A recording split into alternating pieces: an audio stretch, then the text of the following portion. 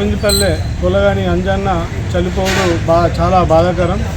యాక్చువల్గా అందరితోటి కలుగొలుపుకునే వ్యక్తి చిట్టీలో ఒక 2 నెలల చిట్టీల పైసలు అడిగినందుకు అంత ఆవేశపూర్వకంగా అంత ఉద్రేకంగా అలా కొట్టడం చాలా నేరం. ఆ విధంగా మనిషి అడిగినందుకు కొట్టి చంపేయడము చాలా బాధాకరం. అందరితోటి కలుపుకునే వ్యక్తి ఆవేశపడే వ్యక్తి కాదు, అందరితోటి సామాన్యంగా ఉండే వ్యక్తి. అంత ఆవేశంగా కొట్టి చంపడం ఇది చాలా అందరికీ బాధాకరంగా ఉంది. సో ఇటువంటి విషయాన్ని పోలీసులు చాలా సీరియస్గా తీసుకొని చట్టపరంగా చర్య తీసుకోవాలని మా గోవిందపల్లె ప్రజల తరఫున మా అందరి తరఫున కోరుతున్నాం.